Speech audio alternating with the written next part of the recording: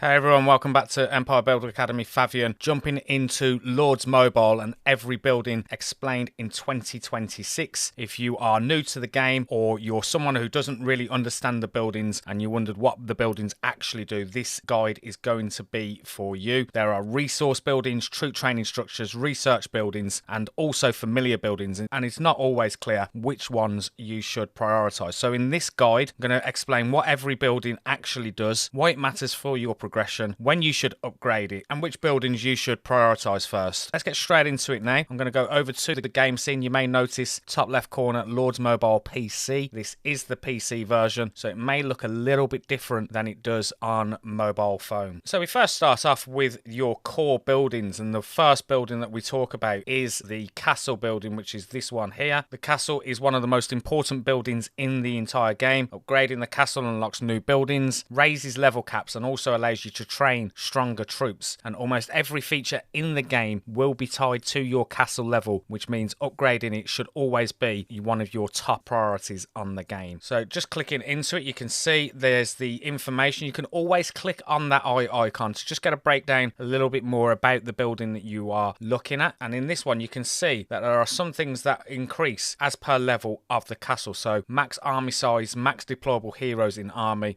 limit, and max help will all get increased depending on the level of castle that you upgrade to. If we go back to that and then click into castle, you also get a breakdown of other things that are going on within your castle, within your account. So you can see things like your wall HP, how many heroes that you may have stationed on your wall. You can also see your army limit. You can also see total heroes. Quite a few different things that you can see in here, and this is a good way to see them. And you can also go into your castle skin as well, although castle skins are normally a paid feature and not always available on the game, but this is something else you can also do in here as well. Moving on from the castle, we now go to the castle wall. The castle wall is this building right here, and the castle wall is your primary defense against enemy attacks. It increases your defensive stats and determines how many defensive structures you can place. If your wall breaks during a battle, your city becomes vulnerable to attacks. And again, if we click on the wall itself, click on the information, you can see the traps and the HP that is increased, but also you can go back to that wall and you can also get a shortcut to those traps that you can build as well to help with defense. The next building that we're going to have a look at is your watchtower, and with your watchtower, this provides early warnings of incoming attacks. It also shows enemy troop types, troop numbers, and arrival time. And upgrading your watchtower improves the quality of scouting information and gives you more time to react. And actually, if we click on the information icon here, you can see there's quite a lot of information there as to what you unlock at the different levels. So as an example, at level 15 indicates if an enemy army approaching your turf, camps, or garrison's troop is led by the leader and reveals its composition. If I went to level 17, you can see that I would unlock the revealing of the estimated size of each squad, soldier class of enemy armies approaching your turf, camps, or garrison troops. And again, you can continue all the way down and see all the different ones that are unlocked. The vault is the next building, which is this one here that I just clicked on. Protects a percentage of your resources when your turf is attacked, and the higher the vault level, the more resources that will remain safe from enemy looting. And if I click on this and again the information, you can see the vault storage in there, but again I can also click on that third icon, that crate looking icon, and this will give you an idea as to what is protected at your current level of vault. So 17, you can see I'm just over the million of each resource being protected from being looted by the enemy. Moving on now to your resource buildings, and these buildings generate resources over time, and you can also store them. You can place multiple copies of the same building across your turf, which you can see here, and there are 4 different ones. We have the farm, which is this building here. We have the lumber mill, which is this one here with the